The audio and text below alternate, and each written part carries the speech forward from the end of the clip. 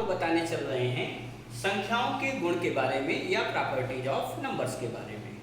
तो जानिए, पहले इन्हें पढ़ने से पहले जानना चाहिए आपको कि संख्याओं को हम कैसे डिस्ट्रीब्यूट कर सकते हैं, कैसे हम इनको बांट सकते हैं। आइए देखिएगा, हम अगर संख्याओं को बांटना चाहें तो संख्या दो प्रकार की, पहली है वास्तविक संख्या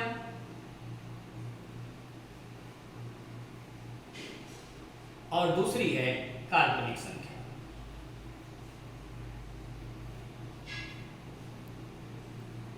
ये वास्तविक संख्या, इसे हम कहते हैं रियल नंबर्स और इसे हम कहते हैं इमेजिनरी नंबर्स। वास्तविक संख्याएं दो प्रकार की, ध्यान रखें। पहला जो है परिमेय, या इसे हम कहते हैं रेशनल, और दूसरा होता है अपरिमेय, इसे हम कहते हैं इरेशनल। ठीक है, अब ध्यान रखिए, ये जो परिमेय संख्या है यह तीन प्रकार की। पहला है पूर्णांक, दूसरा है भिन्न और तीसरा है दशमलव।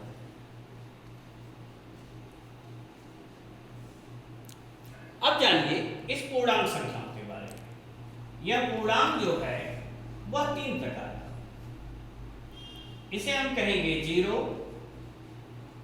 यह है धन पूर्णांक या पॉजिटिव इंटीजर्स, और यह है ऋण पूर्णांक। अब यहां पर यह ध्यान देना जरूरी है कि जो जीरो है ये न तो धन पूर्णांक है और न ही ऋण पूर्णांक है, बल्कि यह दोनों के बीच की एक क्या है, कड़ी है। ध्यान रखिएगा, शून्य न तो धन पूर्णांक है न ऋण पूर्णांक है, यह दोनों के बीच की कड़ी है। और हम इस शून्य को क्या कहते हैं, योगात्मक तत्समक भी कहते हैं, एडिटिव आइडेंटिटी, जिसका किसी भी संख्या में जोड़ने पर उसके मान पर कोई प्रभाव नहीं पड़ता है। अब ध्यान रखिए, इस शून्य और धन पूर्णांक को अगर हम ले लें तो इसे हम कहते हैं पूर्ण संख्या। क्या कहे, पूर्ण संख्या, इसे हम कहते हैं होल नंबर्स। ये जो धन पूर्णांक अब है, ध्यान रखिए, यह धन पूर्णांक, इसको हम कहते हैं क्या, प्राकृतिक संख्या, या इसे हम कहते हैं नेचुरल नंबर्स।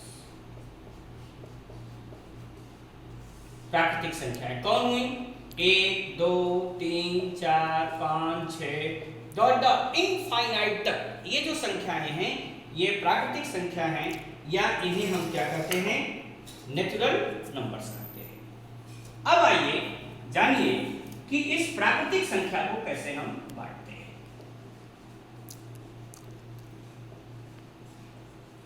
प्राकृतिक संख्या, या इसे हम कहते हैं नेचुरल नंबर्स।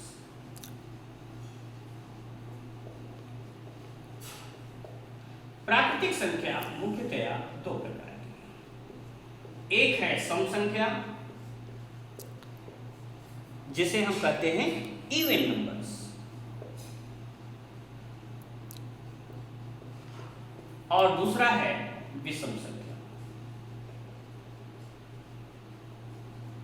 जिसे हम कहते हैं ऑड नंबर्स। अब ध्यान दीजिए कि जो हमारी सम संख्या है यह दो प्रकार की है। इसमें एक है अभाज्य,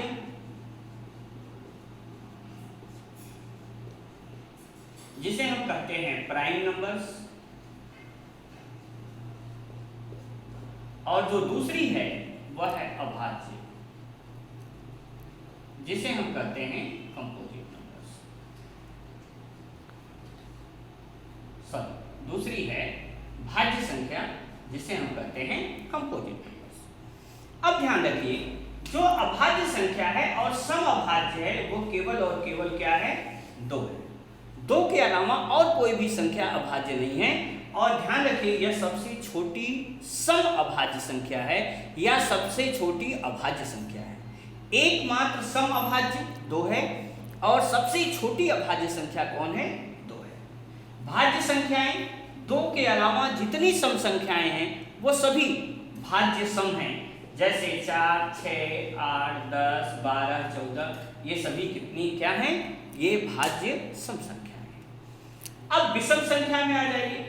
हमने बताया कि जो विषम संख्या है यह 3 प्रकार की, इसमें भी अभाज्य,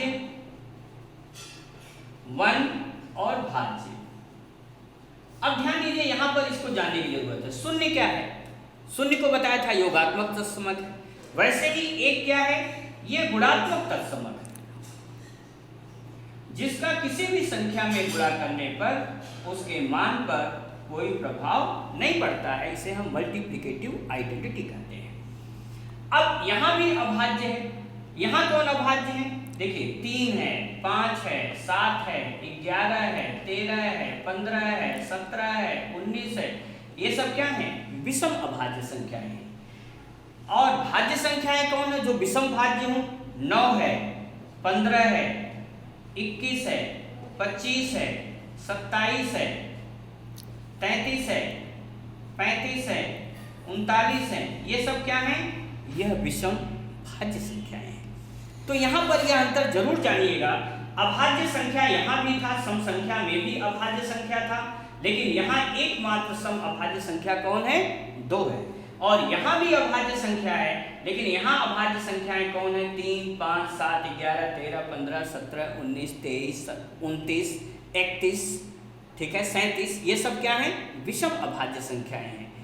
ठीक, एकमात्र सम अभाज्य संख्या कौन है, 2। एक क्या है, न तो भाज्य है न ही अभाज्य है, बल्कि यह सबसे छोटी विषम प्राकृतिक संख्या है। यहां पर हमने बताया था आपको कि शून्य को बताया था, न तो ये क्या है, न तो धन पूर्णांक है न ऋण पूर्णांक है, ये दोनों के बीच की कड़ी है।